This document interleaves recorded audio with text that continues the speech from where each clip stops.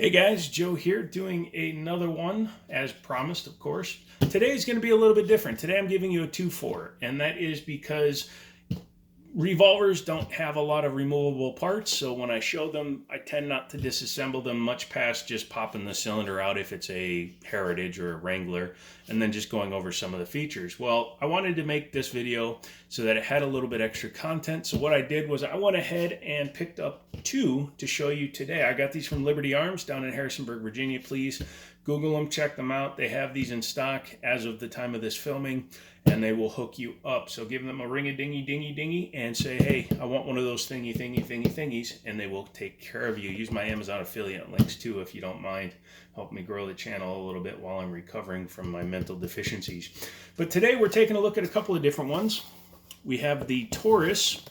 This is the M905 9mm revolver. But first, I want to take a look at this. Bond Arms. They make cool Derringers, cool small guns. They also make that bullpup 45, or it might be in 9 now, but they make some cool stuff. This is called the Rough Series, and inside this little guy is this little chunky boy. This guy, safety check. Love these Derringers with the flip-up tops. Just comes in a regular box, a little bit of padding. That's all you need. It's a Derringer. If you can't figure it out, you shouldn't be using these guys. But this guy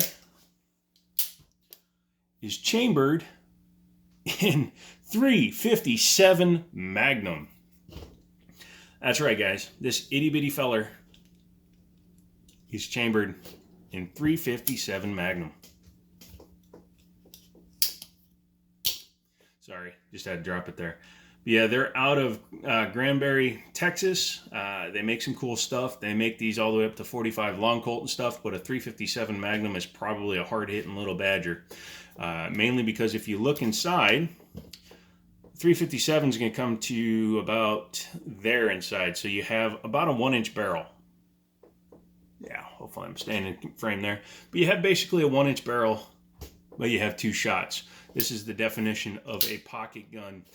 They did add this guy here. This is a trigger guard, which you normally don't even see on the 45 long Colt. So they are anticipating that this son of a gun is going to be one heck of a handful, and it's going to kick like a mule. So by having this, when it kicks, it can't come out of your hand, assuming you're holding it right.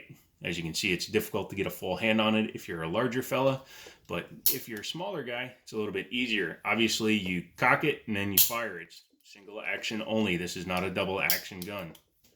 But every time you fire it, it will fire one and then the other. So that's pretty interesting. Has a cross bolt or cross pin safety. So when that's engaged, you can't hit the striker, but you can still drop the hammer. Laughingly, it has a front sight, and then in the flip joint or the hinge, it has a rear sight. This is a get away from me, pull it out of your pocket in the middle of the parking lot and just dink, get away from me gun. This is not a self-defense firearm in any way. Excuse me, this is not a long distance firearm in any way. It's 100% a self-defense firearm. So if you're ever out and you want to get one of those, Liberty Arm always has Derringers in stock. Next, the Taurus, as I said, this is a 9mm revolver. Before I go monkeying with the trigger to take the tag off, show you that she is empty. Inside the box, you get a gun lock, you get your pamphlet, and you get some moon clips. These are very important. You need to have moon clips for these guns because 9mm is a rimless cartridge, meaning there's nowhere for it to seat down inside here. So if you were to drop it in, you could actually, the bullet would go in too far and you can mess up your head spacing. It could actually slide to the front of the cylinder and then jam the cylinder. So you just want to make sure that the bullet stays in the right position to get hit by the hammer and fire. This is a 2-inch variant. Supposedly, that looks like it's a little bit smaller, but technically it is 2-inch because obviously the bullet sits there and then that's all it has time to accelerate through. And 9mm through a 2-inch barrel is going to be going slower than, say, a 3.5 to 5-inch regular semi-automatic pistol. Has a small handle on it like they all tend to. It's very much looking like a bulldog 9mm or even a Rock Island revolver.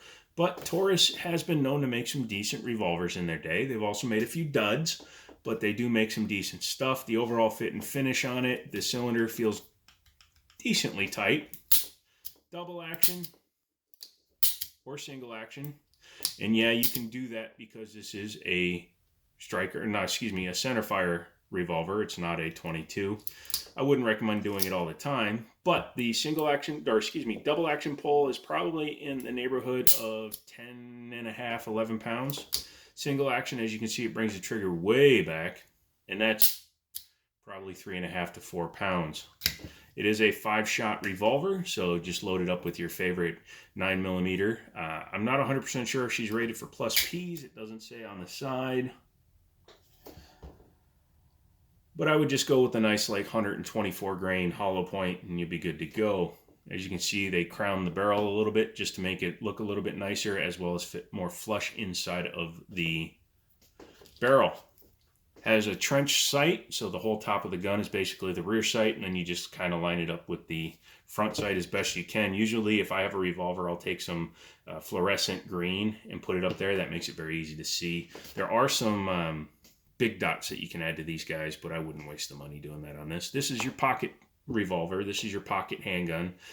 This is another one of those ones where you just have like an in the waistband holster or a sticky holster or even an ankle holster. And this is the one just so you have 5 quick shots to go ahead and get away from trouble. Uses a pin to hold the grip on. I'm not sure if that's interchangeable with other Taurus guns. If it was, I would probably put a bigger grip on it just because I'm a bigger guy and I don't like having my finger hanging out in space. Looks like the bridge is nice and strong. The ejector, nice and smooth for what it is. One more dab of oil will probably do you, but then you'd be good to go. She locks up pretty firmly. Cylinder rotates smoothly. Again, it's hard to find a lot to talk about on a revolver. This one obviously was not built in the United States because the barrel is also serialized. That's one way to know whether or not you had a domestically built or a other placely built gun, because outside of the United States, barrels are serialized. This is not serialized on the cylinder because it actually is part of the frame. This just holds ammunition. This is like a magazine. Magazines are not required to be serialized, but the frame and the barrel, and if it had a slide, all those are required to be serialized if you're outside of the United States. Feels pretty nice in the hand. I'd like to shoot one. If it shoots like the Bulldog, I'm sure it shoots fine. Again, not a long distance gun. You can probably be accurate up to, probably 20, 30 yards if you have some time to like think about it. Otherwise, this is probably like your 7 yards or closer gun. I don't really subscribe to that whole 7 yards thing. I'd be pulling my firearm a lot sooner if somebody was coming at me with a knife. And my light just went off for some reason. There we go. Turn that bad boy back on. But if you're looking for a less expensive, it's $340. So it's less expensive than the Bulldog. It's less expensive than the Smith & Wesson 9mm. And it's less expensive than a few of the other, I was going to say better known brands, but Taurus is well known for their revolvers. So if you want to get one of these, hit up Liberty Arms. They're down in Harrisonburg, Virginia. You can just Google them and say, hey man, I saw that on the Jiminy Show and I'd like to get me one. So please, please, please support them. They're a local business. They're friends of mine. I help them out once or twice a month. And they hook me up with guns to show you guys. So do all that. Come back for another video as I put them up. Again, I'm taking some time off. And I appreciate you guys' patience with me. So if it's 1 or 2 videos a week for the next few weeks, that's just how it is. I'm dealing with some depression stuff, so nothing that's worth a video, just downtime. So that's about it. I'm out of here. Give me a thumbs up, and as always, I'll talk to you later.